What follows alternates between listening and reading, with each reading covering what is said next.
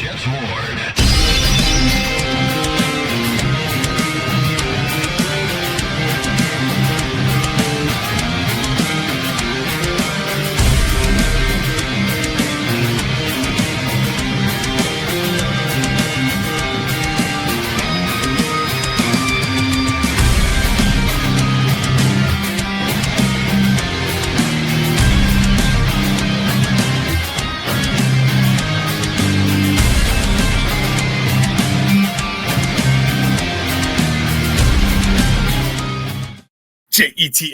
Jets, Jets. What is going on, Jet fans? And welcome back to another episode of The Jets Ward. I'm your host, Ryan Ward, and I'm so excited to be back with you guys.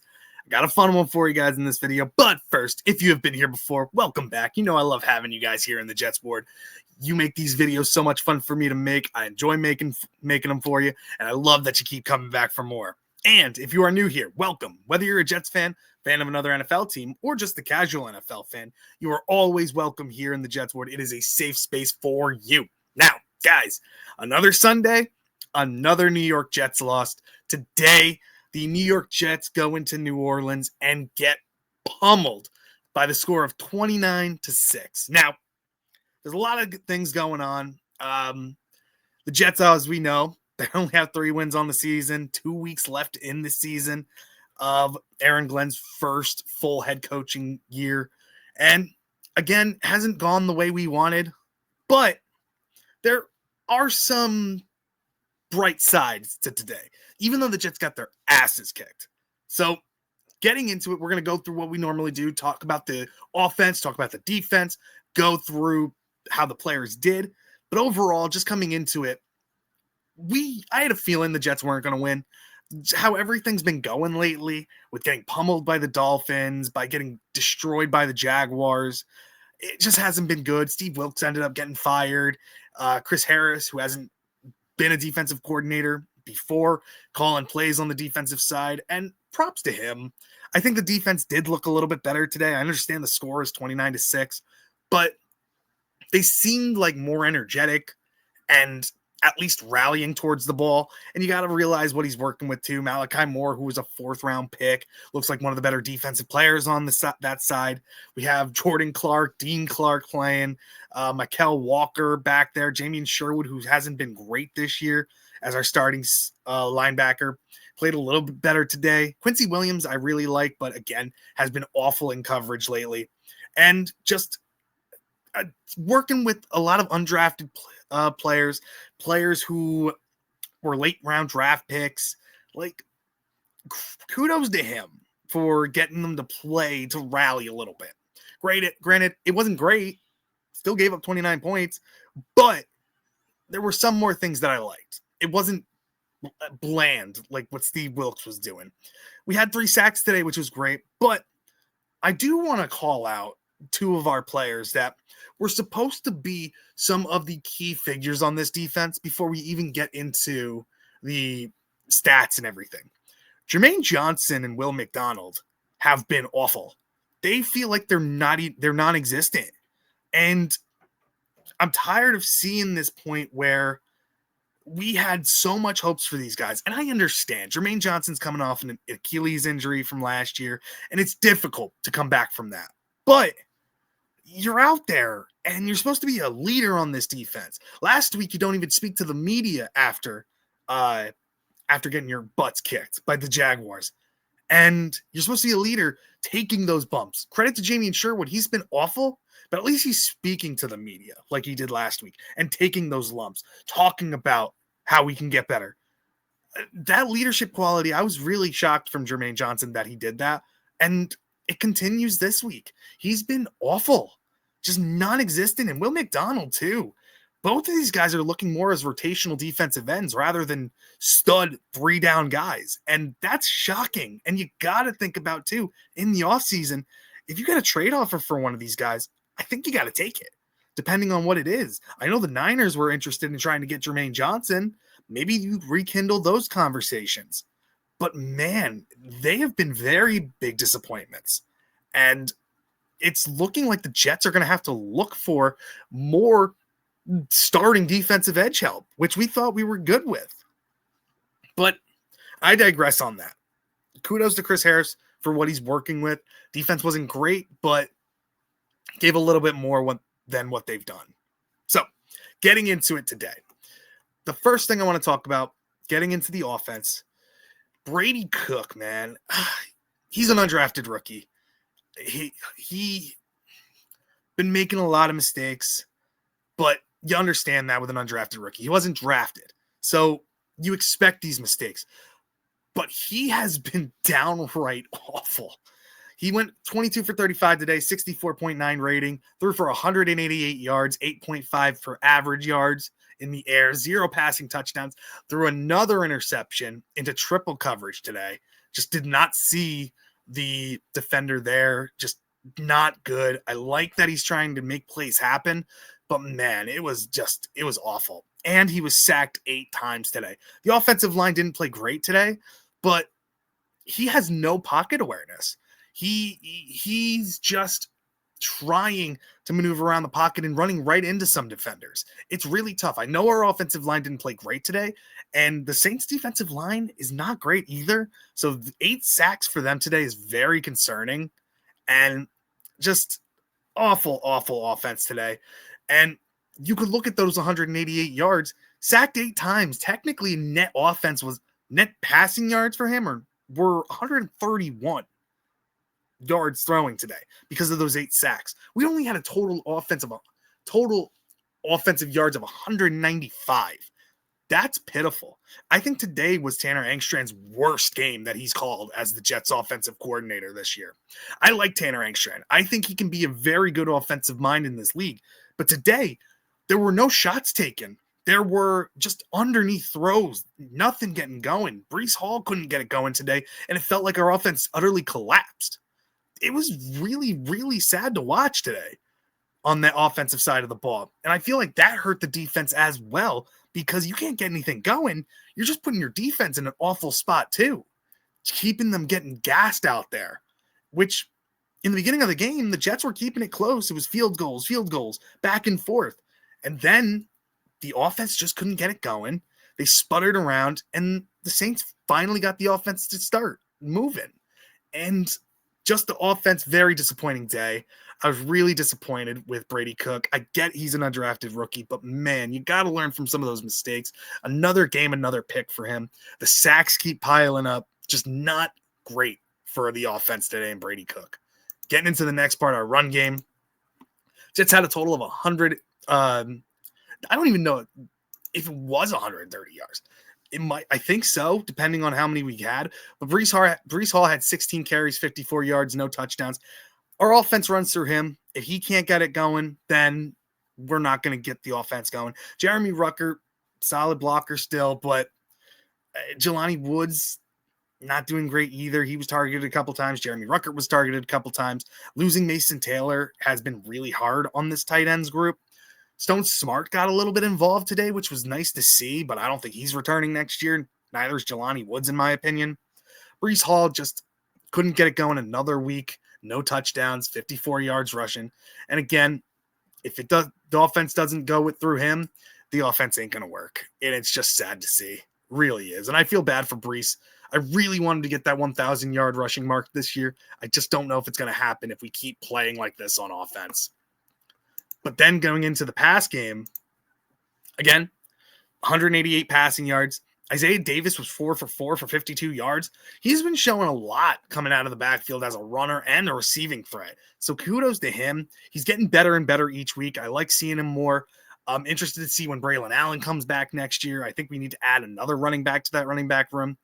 But Isaiah Davis has been looking solid and a really nice, solid running back 2 option. And Adonai Mitchell, I always mess his name up, went 3 for 6 for 33 yards. He's looking like a reliable receiver for our young Brady Cook. So I'm happy what I'm seeing with him. He's getting open, making plays. John Mechie, I want to see more from him. Another drop from him today. Just not playing up to his ability, in my opinion.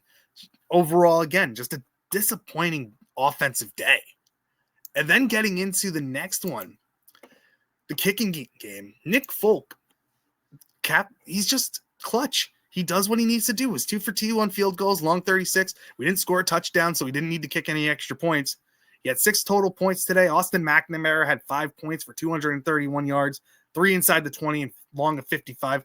Our best 2 players on the team at this point. And the sad thing is, I've been hearing rumors that Nick Folk is considering retirement at the end of the year. And honestly, I'd be disappointed. But to go off on the season that he's been having and to retire that way, I'd rather him go out on top than utterly collapsing if he came back next year. Like what Greg Zuerlein basically did for us. Had one great year and then the next year completely fell off, and then we ended up cutting him at the end of the season. So Nick Folk, I'm very happy to see. Would suck to see him retire at the end of the year, but he's had a fantastic career and he's been awesome for us this season. So I would miss him, but I'd be happy for him, especially if he's going off on a high note like this. And Austin McNamara has just been a monster in the punt game. Really, really happy with what he's done this year. Really solid player. Again, 2 of our best players on the team right here. Just consistently doing what they need to try to help this team win. Then we get into the defense. Gave up a total of 412 yards. Rushing game, they had 84 total yards rushing. Taysom Hill was their leading rusher with 12 carries for 42 yards. He did lose a fumble, but man, he came in the league as a backup quarterback. He's just the automatic gadget guy. Can throw. He threw a touchdown today to Chris Olave, a deep throw, a beautiful bomb from him. But he beat us on the ground today. Tyler Shuck, 32 for 49, 89.5 rating, 308 yards, 1 touchdown, took 3 sacks today. Honestly, I think the Saints got something in this kid. I really, really like Tyler Shuck. Apparently, AG, going into the draft process too last year, really liked him too. And who knows, if he was there in the second round when the Jets were picking, maybe the Jets would have went with him. But he's been doing really well as the starter of the Saints. I think the Saints not worried about drafting a quarterback next year or this offseason. I think they're happy with what he's been doing. I think they got a great player, and I only think he's going to get better and better. So kudos to the Saints for finding a solid quarterback. Let's see what he continues to do. But then you got Chris Olave, dominant receiver, went 10 for 16, 148 receiving yards, 2 touchdowns. Guy's a monster. When he is healthy, this kid is a beast. Very difficult to cover, great route runner, fantastic hands. You just get worried all the time because of the concussions, the big hits he's taken in his career. But today he showed you why he's a top receiver in this league. Just destroyed the Jets defense. And again, solid receiver. The offense of the Saints got going today in the end of the game. So they beat the Jets up 29-6. Rough day for the Jets. Great day for the Saints. But it is not all misery for the New York Jets. And the reason I say that is before the week happened, the Jets had the 5th overall pick in the NFL draft, in the 2026 NFL draft. Today, they bumped up to number 4. And the reason for that is because the Tennessee Titans came in and just beat the heck out of the Kansas City Chiefs. So Gardner Minshew ended up getting hurt for the Chiefs, so they're on their 3rd string quarterback. The Titans moved up to pick 5.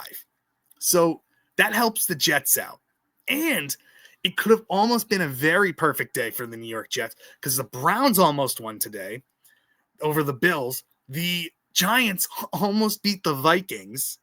And the Raiders almost beat the Texans. That's 3 teams ahead of the New York Jets at this point. Now, the Jets and the the Giants and the Raiders still need to play each other. And if the Giants lose to the Raiders, then the Jets are going to have a much better drafting position because one of the only teams I really think is going to try to draft a quarterback this year is the Las Vegas Raiders. And I think if the Raiders win against the Giants and bump down past the Jets, they're going to have to give up a haul to try to trade up, in my opinion, to get Fernando Mendoza.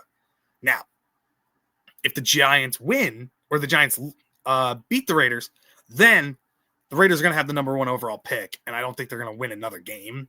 After that, maybe they can beat the Chiefs, but I doubt it. The Raiders are going to get Mendoza anyway if they're the number 1 pick, no matter what the Jets do. So I think if you need the Jets to try to get a quarterback in this draft, you need them to pick it around 1 to 3. If the Raiders have 1, you're missing out on Mendoza. But my big hope at this point is Dante Moore from the Oregon Ducks declares for the draft. Played fantastic in his college playoff game last night. Looked very, very good. Had 5 touchdowns, 2 interceptions. Looked amazing. If he declares, then I think the Jets have their quarterback.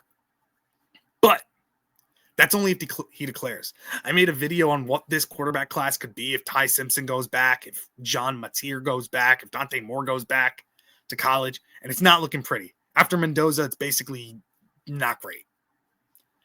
So my hope is that Dante Moore does declare for the draft so that the Jets could lock in a quarterback.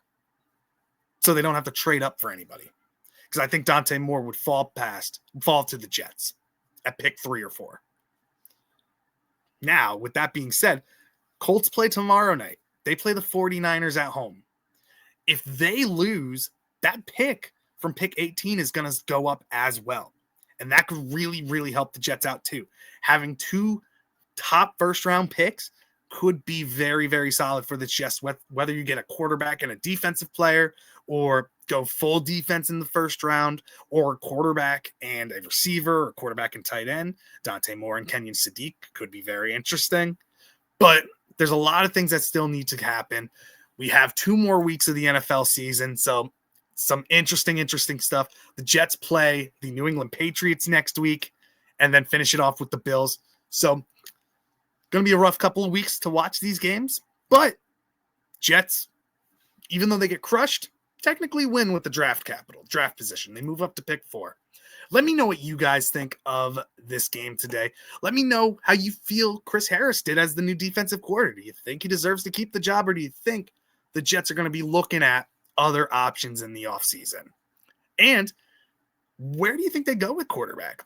Malik Willis played pretty well for the Packers, and that's a name that's been going around the New York Jets as well, with a lot of fans bringing him up. He's a rookie, or he's a free agent this offseason. Could the Jets take a shot on him? Let me know what you guys think. Make sure you hit that like button, subscribe to the channel, and hit that bell for any notifications as well. It really, really helps me out. We are almost to 2,700 subscribers, and I couldn't have gotten here without you guys. I love you guys. I appreciate you guys. Make sure you follow me on Instagram, X, and TikTok as well. I post all my videos there too. And again, guys, I love you. I appreciate you. Thank you guys so much for joining me in the Jets Ward. Thank you guys so much, and I'll see you in the next one. Bye. The Jets Ward.